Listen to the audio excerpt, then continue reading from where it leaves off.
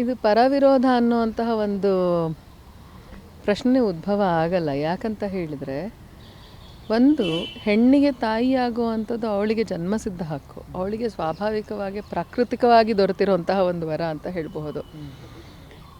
Of course ನಮ್ಮ ಸಮಾಜ ಈಗ ಈ 200 ವರ್ಷದಲ್ಲಿ ಏನೇನು ಬದಲಾವಣೆಗಳು ನಮ್ಮ ಸಮಾಜ ನೋಡಿದೆ, ಆ ಬದಲಾವಣೆಗಳಲ್ಲಿ ನಮ್ಮ ಸಮಾಜ ಒಂದಷ್ಟು ಚೌಕಟ್ಟನ್ನು ಹಾಕ್ಕೊಂಡಿತ್ತು. ಹೀಗೇ ಇರಬೇಕು, ಒಂದು ಫ್ಯಾಮಿಲಿ ಅಂದರೆ ಹೀಗಿರಬೇಕು, ಹೆಣ್ಣಿನ ಜವಾಬ್ದಾರಿಗಳಂದರೆ ಇಂಥದ್ದೇ ಆಗಿರಬೇಕು ಅಂತ.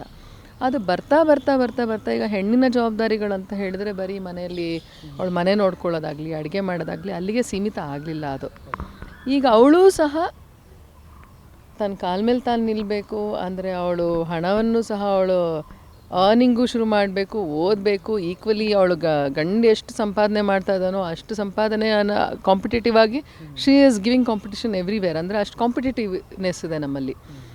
ಸೊ ಈಗ ಅದನ್ನು ಪರವಿರೋಧ ಅನ್ನೋಕ್ಕಿಂತ ಹೆಚ್ಚಾಗಿ ನಾವು ಎಲ್ಲಿ ಯಾವತ್ತಿಂದ ನಾವು ಸ್ವಾವಲಂಬಿತ ಅಂತ ಹೇಳ್ತಾ ಇದ್ದೀವಿ, ಅವಳಿಗೆ ಅವಳ ಅಸ್ತಿತ್ವ ಅದು ಅವಳ ಎಲ್ಲ ಹಕ್ಕು ಅವಳಿಗಿದೆ. ಅದನ್ನು she has to take a decision.